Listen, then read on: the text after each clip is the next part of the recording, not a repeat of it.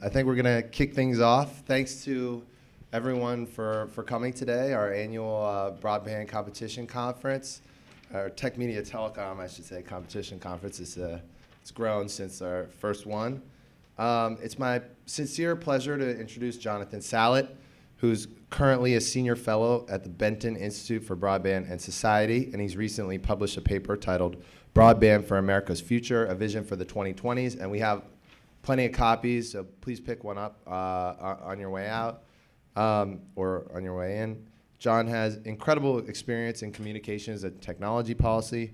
From 2013 to 2016, he served as acting general counsel and then as general counsel of the FCC during the chairmanship of Tom Wheeler. And he was also a deputy assistant attorney general in the antitrust division of the DOJ in the Obama administration. And President Obama appointed him to be a member of the Council of the Administrative Conference of the United States. He's been doing this conference since 2015. He's just been a great, very generous with his time and expertise at the Capitol Forum, and I can't thank him enough for doing this, and please give him a warm welcome.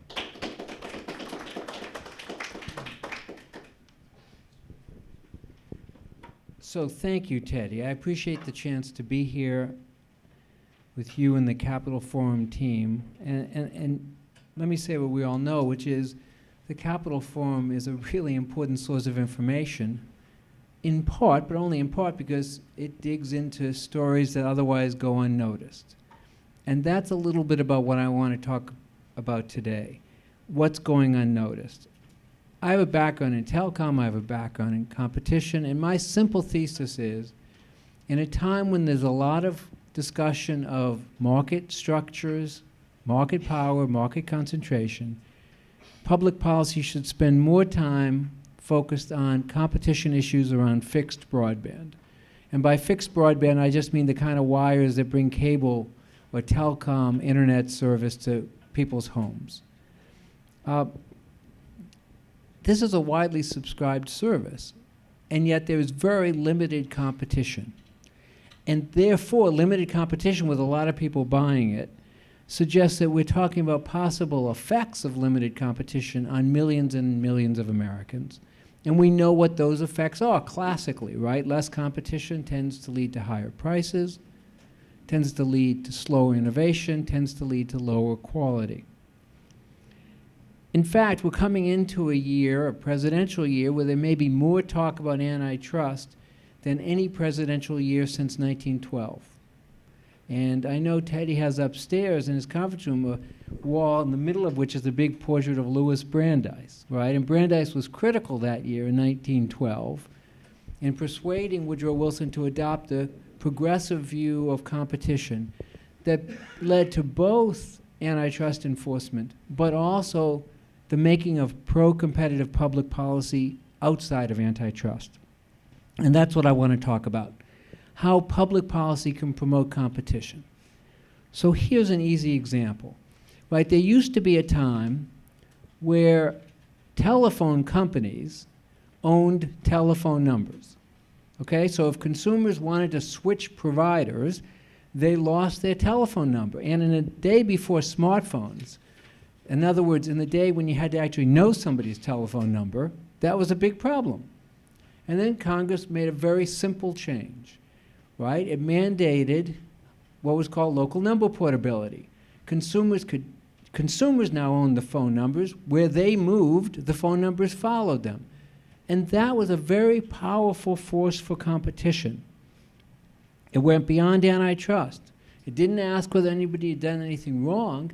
It asked what could public policy do that was right and promote the public interest.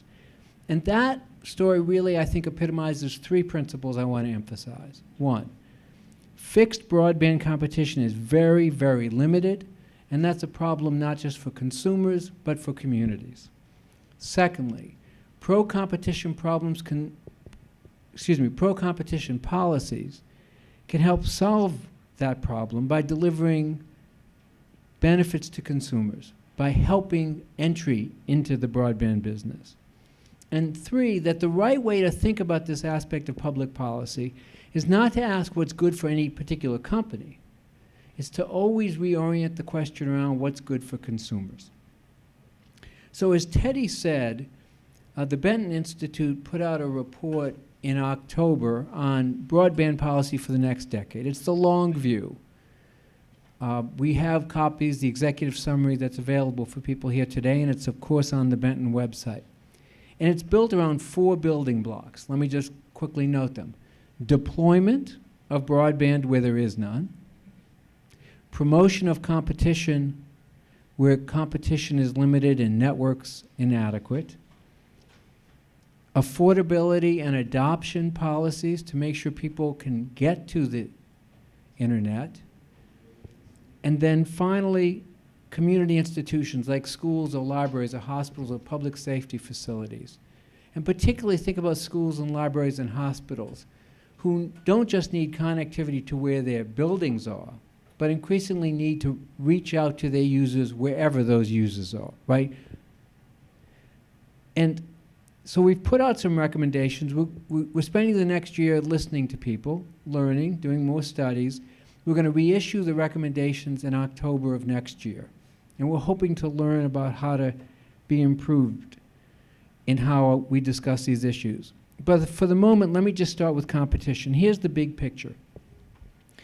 Leading scholars are telling us that market concentration in America has grown. And they suggest a direct link to the rise in income inequality, right? Jonathan Baker's book, The Antitrust Paradigm, is indispensable. And in it, Professor Baker both describes the reasons for increased market concentration, and he very directly says the exercise of market power likely contributes to the economy-wide inequality that we have seen growing also for the last decades. Now, there's a lot of industries that are noted and discussed. I think fixed broadband competition should be one because competition is limited. Let me just give you these numbers. This is from the Federal Communications Commission. It's on a database that is overly optimistic. It systematically overstates the presence of competition, but even so, take the speed 100 megs down and 10 up. That's a very typical speed in America today. At that level, the last figures we have from the FCC says there's 11% of American households that have no broadband. Okay, that's the deployment problem. But there's 35% that have only a single provider, a monopoly market. 37% that have only 2, a duopoly market. Okay? So that's very limited choice. If you're in a monopoly market, you have nobody else to go to. You have no choice. If you're in a duopoly market, you can go one, you can make one choice, but that's all you have. And the suggestion is that this leads to consequences, right? Professor Thomas Philippon has a new book out. And in it, he says that broadband prices in the United States were the highest in the world among developed countries, in 2017. The OECD has a study from the same year that says the US was the second highest. So there's a question around prices. And then the Wall Street Journal ran a story over the summer, if it's okay to mention another publication, Teddy, if that's okay.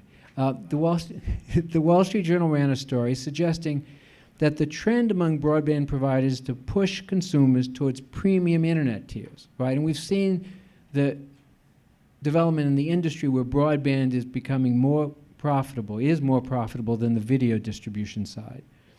And so the journal tells us it's getting harder for customers to find cheaper, lower tier speed plans. So this is evidence of competition problems, and competition problems are best cured by more competition. Why? Because consumers win when individual companies are forced to compete harder to keep or get customers. And when the addition of more competitors makes it harder for existing companies to accommodate each other. I want to take a second on the last one, right? Because there's been a lot of talk of the T-Mobile Sprint merger, and I just want to note one aspect of it. When the DOJ filed its papers, and I'm putting aside the question of remedy, but when the DOJ filed its papers and laid out the case to believe that competitive harm would come from the combination, one of the things it emphasized was that the decrease from 4 to 3 would make it easier for the remaining providers to coordinate their pricing, promotions, and service offerings. 4 to 3. In fixed broadband, it's unusual to have as many as 3. And here's what makes coordination, and even in a constricted marketplace, hard. It's the presence of a maverick, right? Mavericks are really important. A maverick is a new entrant that has different incentives, that can provide better prices or quality or innovation, that isn't as likely to cooperate with the current players. In other words, it's a company that wants to take on the existing providers. And mavericks can take different forms. They might use pre-existing fiber as a way to lower the costs of investment to get to people's homes. They might use the experience and assets from one line of business, think electricity, to decrease the costs of coming into broadband, to realize economies of scope. They might be member-owned nonprofits, like rural electric co-ops, that have different business models and ambitions. They might be fixed wireless, that uses a different technology with a different cost structure to provide additional choice. Or they might be government supported.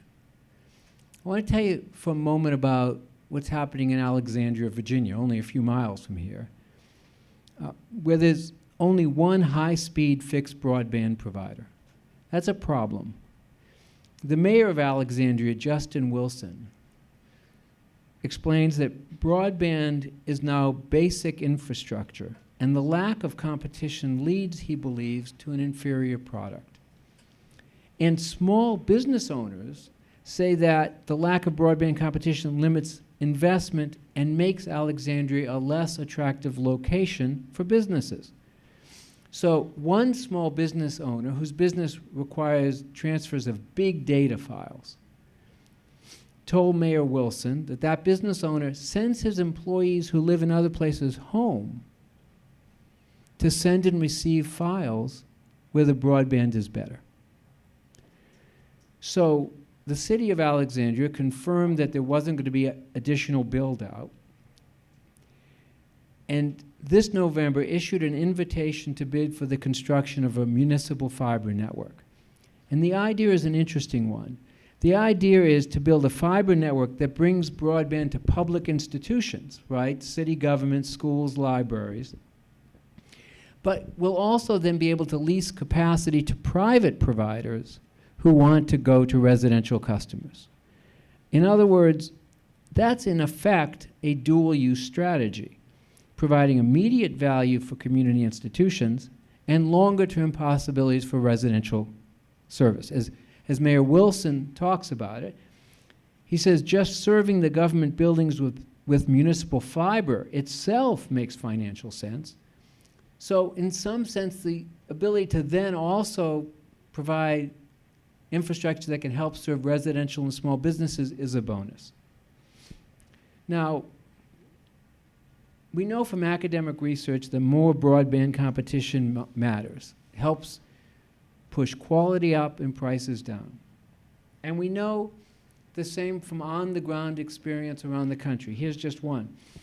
The city of Longmont, Colorado started a municipal broadband service, and the incumbent broadband provider lowered its prices in Longmont, but not anywhere that surrounded Longmont, where the municipal system didn't operate.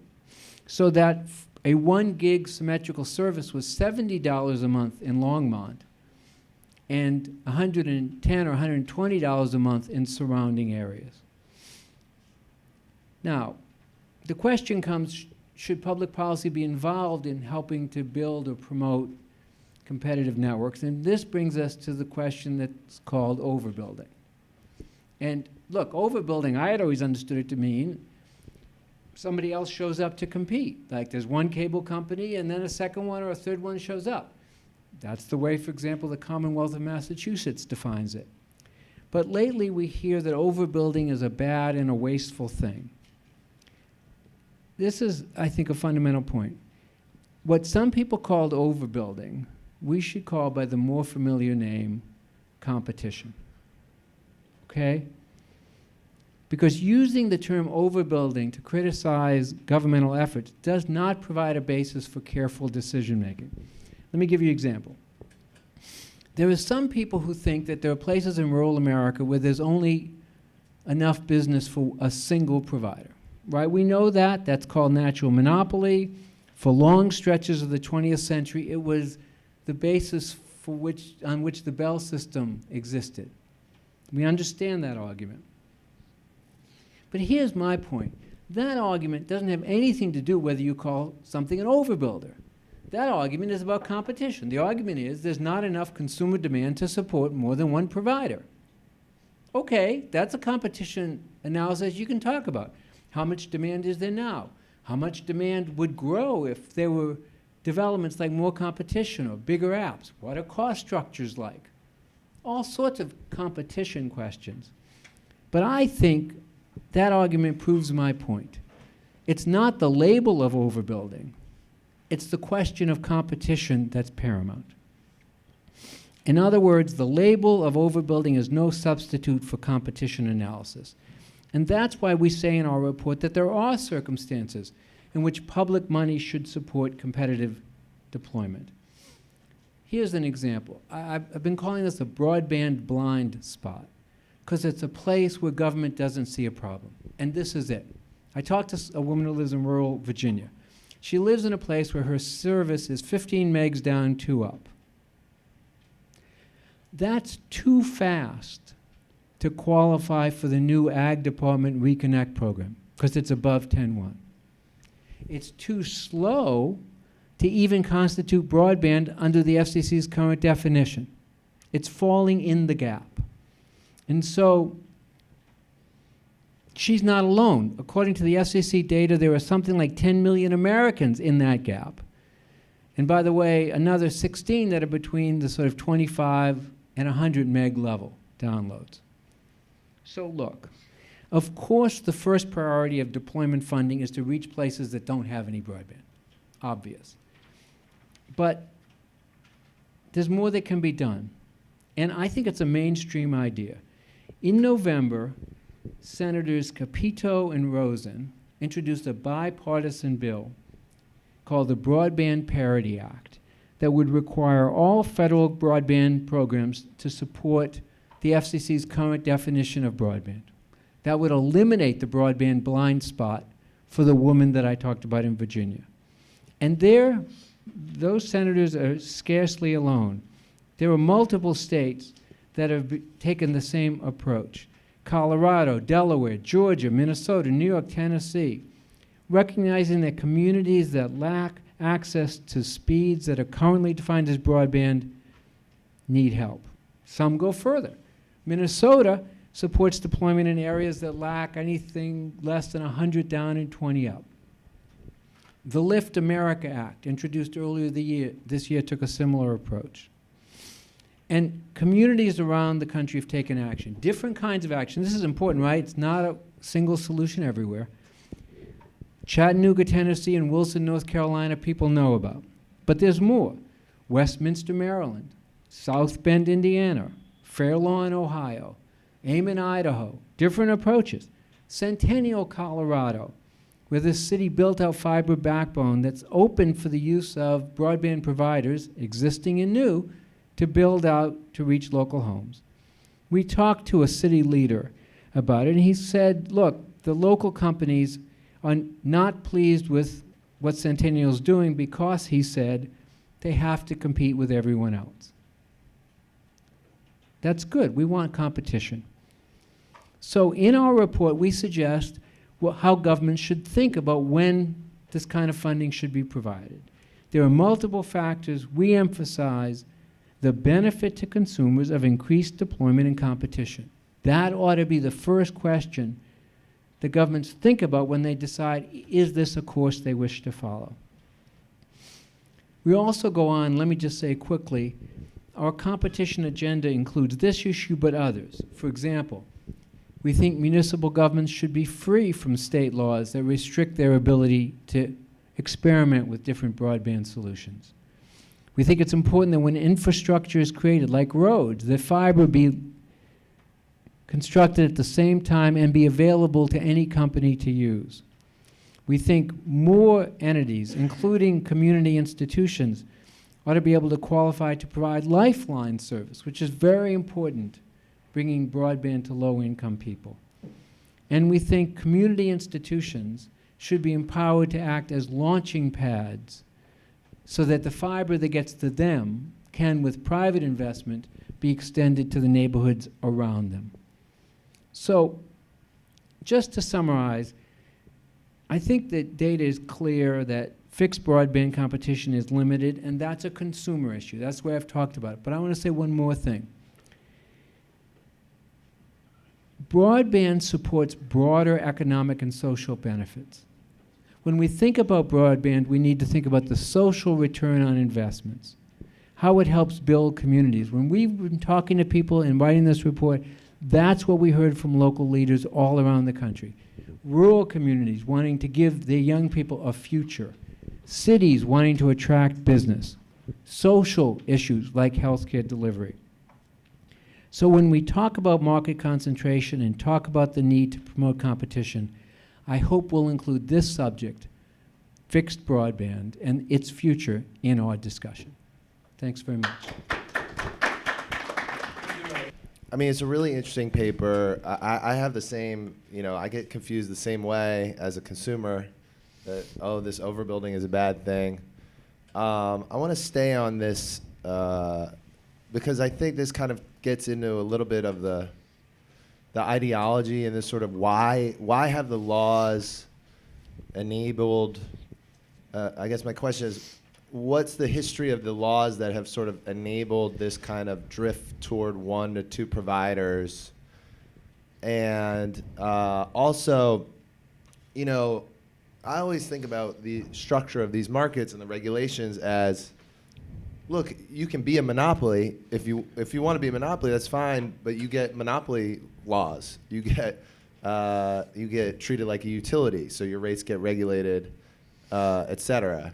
Like a electricity provider or other monopolies, if it is a natural monopoly. So like why has the history evolved that this industry, even if it is sometimes a monopoly, doesn't get treated like a monopoly like other utilities? I think the history here comes from the fact that in the 20th century, we lived for decades with the Bell system. And the thing about the Bell system was it turned the discussion to engineering. Right? The original deal was the Bell system would build out to everywhere in America at a time when lots of people didn't have telephone service. It became an engineering problem. And I think we've continued to have that mentality. A lot of people I talk to say, well, if you have a network, you have the solution, right? If I have water to my house, I typically think I have a solution. But we've decided to treat these industries as competitive industries. And having decided that, the question isn't an engineering issue first and foremost, it's an economics issue. Now, there's legitimate reasons why there's more build out in some places than others, right? Population density, rural America, where there are few people in very long distances, of course. The investment is more expensive, all other things being equal. But I think what we haven't done is asked ourselves what more can be accomplished. And I think, look, when I was at the FCC, we brought a case that failed miserably, trying to preempt state laws that would have allowed the cities, the municipalities to create broadband. We lost on legal ground, but the order tells the story. It tells the story of incumbents going to state legislatures to get laws to restrict municipalities. Of course, companies want profits, but this kind of barrier is an artificial barrier to competition. It doesn't tell us where there's a natural monopoly. It tells us really that there's an unnatural monopoly, and I think more competition is the first answer. So, and just looking at the political landscape, at the federal level, I mean, I don't envision the Trump administration as really eager to take on the cable industry or But I'm interested to hear if you think there's any hope, or sort of from your standpoint, any kind of policy things that you're excited about that are going on now at the federal level, and then at the state level, are we seeing, so you're saying, okay, well, there are a lot of corrupt states that are in bed with the monopoly and kind of putting in laws, but are we seeing a drift there? Well, I would never use the word corrupt, not but corrupt, look, here's what I think is happening, and we emphasize this because I think you make an important point. A lot of the energy is coming from the local and state level. A lot of the energy. States this year passed legislation to make it easier for rural electric co-ops to go into business. That's in rural places, that's really important. Something like 40 states now have broadband offices where they're working hard to figure out how to deploy broadband. Across the board, right? North Carolina has a comprehensive strategy that picks up all 4 of the building blocks. And cities are taking a very practical view. This is what we learned. When we talked to city leaders, the discussion wasn't ideological and it wasn't partisan. It was like, if I don't get broadband to my city, the place dies. What's a practical solution? Oftentimes we hear about city leaders going to local companies and saying, will you expand? But for their own reasons, the companies don't think it's profitable to do so. And then the city thinks, look, we have to take some action. So I think it's really important, and it's a fundamental tenet of our report, that we have to have more respect and more support for state and local leadership. And then my last question, then maybe we'll open it up to audience. So there's these municipalities that are potentially going to change the competitive dynamic with municipal broadband or some kind of other creative, backbone solution that they give access to companies to build out. What about those mavericks, those companies? Are there nonprofits or for-profit companies that are exciting to watch, that are mavericks, that are, really maybe a potential solution here? Yeah, and I want to emphasize, because you've drawn this out. When I'm talking about municipal activity, there's all kinds of public-private collaboration. This is not just municipalities running their own systems. This is municipalities looking for private partners to come in. In Illinois, there's a state-run network that has broadband providers as customers. In Westminster, Maryland, the local efforts involved bringing in a new entrant. We have examples on the east and west coasts of fixed wireless. One company deploying in DC, for example, that offers a different technological model to provide, I think it's 200 by 200 meg service now in DC and other cities on the East Coast. The simple answer is, when it comes to competition, the more the merrier. We just want to invite everybody in with different approaches to experiment and see what succeeds. Any of those companies kind of come to you and said, if we got these policies in place, it would be easier for us? Or are there any policies that are kind of low-hanging fruit in that sense? Of course, the traditional is rights of ways, access to conduit, access to fiber. Those are all very important. We shouldn't leave them out of the discussion. The big barrier right now is about the 19 states that keep municipalities out of the business. So that's a problem. Beyond that, there's what we hear is that companies are looking to be thoughtful with municipalities about what each does. We give an example in the report of Westminster, Maryland, right? There are some things cities can do well. There are some things private providers do much better. There's one example, for example, of a city official saying, we know how to lay fiber. We don't know how to operate a retail business. We shouldn't be in that piece of it. So my impression is that companies are looking for city officials or county officials in rural areas who can be thoughtful about how to bring their combined resources to bear. And any questions from the audience? I've got one more, actually. Well, any questions? You don't have any, but all right. So This is my 5th year, Teddy. I The know, questions yeah, have run out. We've gone through a lot. So let's say, I know this is going to be the recommendations of the report, so Right. I'm jumping the gun a little bit, but let's say there is a Democratic president in 2021. What are some of the policies that you think would be, really make a difference here? If you got to write, if you go into the transition team, what are your big ideas for policies? I really do believe this doesn't require a particular political party. It shouldn't require a particular political party. We're talking about giving people the tools they need to succeed in America today. We're talking about giving people the tools to advance their own individual opportunity in a time when, for many people, that feels stunted, when young people don't have the opportunities their parents did. I just don't think that it should be a partisan issue. And so I think the policies we lay out, promoting competition, promoting deployment, low-income folks struggling to use or learn to use the internet, and really support for community institutions. I think that's an agenda that ought to be widely embraced. And one of the points we've made is we're putting out an agenda that we hope lasts the next decade. And over that time, we get to a goal where everyone in America is able to use really good broadband. I'm going to just stay on this issue, though, because the paper creates a central problem politically, which is that the cable industry and the incumbents will fight vigorously to oppose the competition, to not get it. I mean, they're pretty, overbuilding as a negative term is I think a product of the incumbents making it one.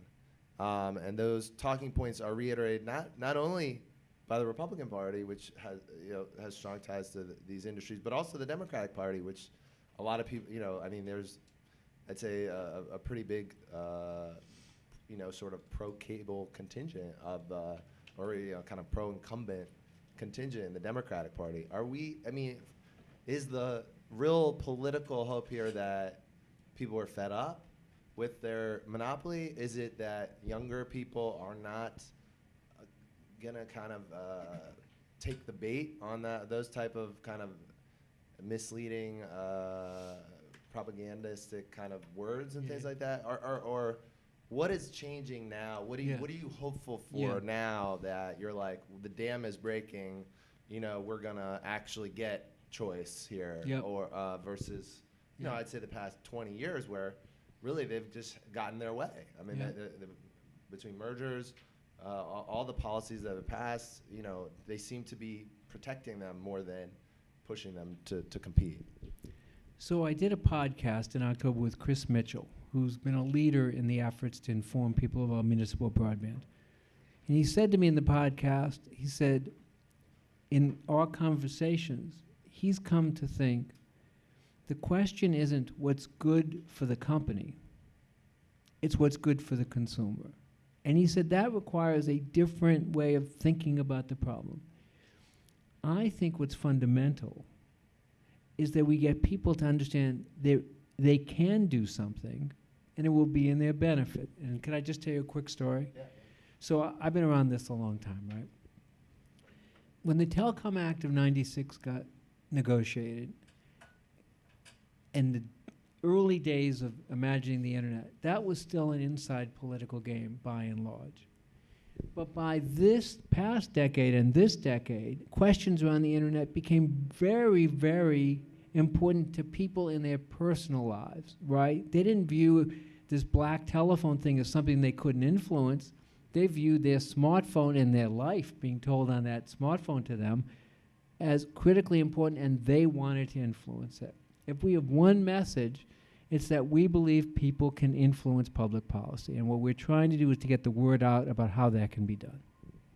All right, well, thank you so much. And please give John a good applause here. And thank you. Take a 10-minute break and then go into our first panel. Yeah.